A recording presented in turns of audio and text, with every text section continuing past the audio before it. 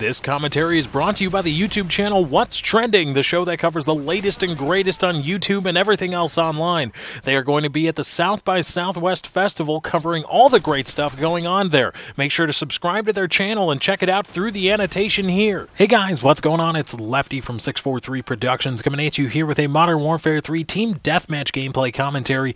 Here I am in the map Underground using the P90 submachine gun. In this gameplay, I'm using the fall camo. I have unlocked gold for it, but at this time in my progression, I was stuck at the fall camo, and this is an older gameplay, so there you go. This gameplay is part of the Quack Clan Revival Tour coming to a Team Deathmatch server near you. Now, I want to talk with you guys a little bit more about the Call of Duty versus Battlefield battle, I guess, for lack of a better term, that's been going on in the last 7, 8, 9 months. We saw Battlefield 3 drop for the Xbox 360, PlayStation 3, and PCs about a month, well, about 2 weeks before Modern Warfare 3 dropped for those same consoles, or for those same platforms. Because PCs aren't technically a console. Excuse me, I'm sorry to all the PC gamers out there. I didn't mean it. I didn't mean it. Don't get mad at me. Don't hate me any more than you already do. Or hate me as much as you want, I guess. Whatever. But anyway, we saw that happen, and the big topic of discussion, and I covered this, was would Battlefield be able to take down Call of Duty? They were releasing their game, or EA was releasing their game, Battlefield 3, 2 weeks before the Activision title, Modern Warfare 3. And the big question on everybody's mind was, will this hamper the sales of the Activision title? Because people will be buying a game 2 weeks, a very similar game in the exact same genre, and it is a directly competing game. Will that hamper the sales of the later release title because so many people bought, or however many people bought the game 2 weeks, the competing game 2 weeks earlier? Now, we know this wasn't really the case because Modern Warfare 3 broke all the sales records, which for video games and for first-person shooters, which were all held by Call of Duty titles in the first place, so it wasn't really that big of an impact. But recently, in the last week, it was announced to us by EA that Medal of Honor, the Medal of Honor series, which got a reboot in the last 12 months for the Xbox 360, PlayStation 3, as well as PC platforms, that series, which got a reboot, it has been announced is coming back. It is returning in 2012, right on the exact same date that Battlefield 3 was released just a year ago. It is set to release on October 23rd. It hasn't been released yet. There is a trailer out. There's only one at this time as of this recording, so whenever you're watching this, there may be more.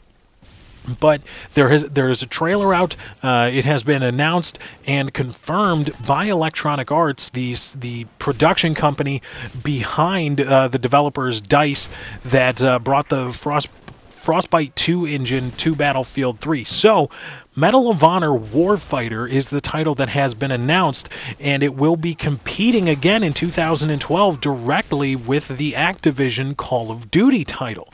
And I am wondering if this is the signaling by EA that they are ready to go toe-to-toe with Activision and Call of Duty. Now, I think what happened was Battlefield 3 was kind of a litmus test. They geared up. They've been gearing up for years for Battlefield 3, and they knew what they were doing in choosing the release date in late October for Battlefield 3. And I think it was sort of a litmus test. EA wanted to see, it's like, okay, will this game sell well if it's competing with Call of Duty for sales? Because just because Battlefield 3 came first doesn't mean that it's going to get all the sales, or that it is going to win that sales battle. They were wondering. That was a question mark in their minds. And they saw, well, you know what? Battlefield 3 still sold really, really well. It didn't sell like Call of Duty. Nothing sells like Call of Duty, but it still sold for an FPS game, for a video game in general. It sold really, really, really, really well. And the Back to Karkin DLC pack has also sold really well. And there's also a lot of interest surrounding the coming DLC to Battlefield 3. And I'm wondering now, now that they've seen that Battlefield, or at least that they can create a shooter that can at least compete, that can hold its own, that won't get knocked out of the box immediately by Call of Duty, did they have these plans, this infrastructure in place, and then once they saw Battlefield 3 not get killed by Call of Duty and actually hold its own, did they give it the go-ahead? Did they give Warfighter, Medal of Honor Warfighter, the go-ahead and say, okay, go right ahead? Are they being EA, moving into a direct competitive slot with Call of Duty? Now, this doesn't mean that they are going to be putting out yearly first-person shooter titles like Activision does with Call of Duty. It has 2 developers on a 2-year development cycle. But it's possible that they being, again, EA, have said, you know what, we have this developer Danger Close, we have this great engine in Frostbite 2, this very versatile engine that's very, very powerful, pushing the Xbox 360 and PS3 to the limit. You know, let's try to go right at Call of Duty. Again, are they going to kill Call of Duty? Probably not.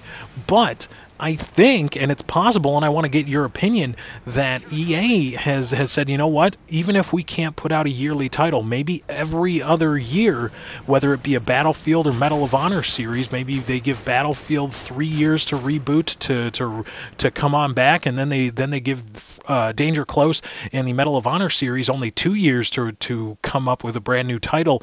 Maybe they're going to say, you know what, every other year or something like that, Activision and Call of Duty are going to have direct competition right before the holiday season for that #1 video game slot. It's definitely possible, given that Medal of Honor Warfighter, again, has been announced so quickly after the success of Battlefield 3.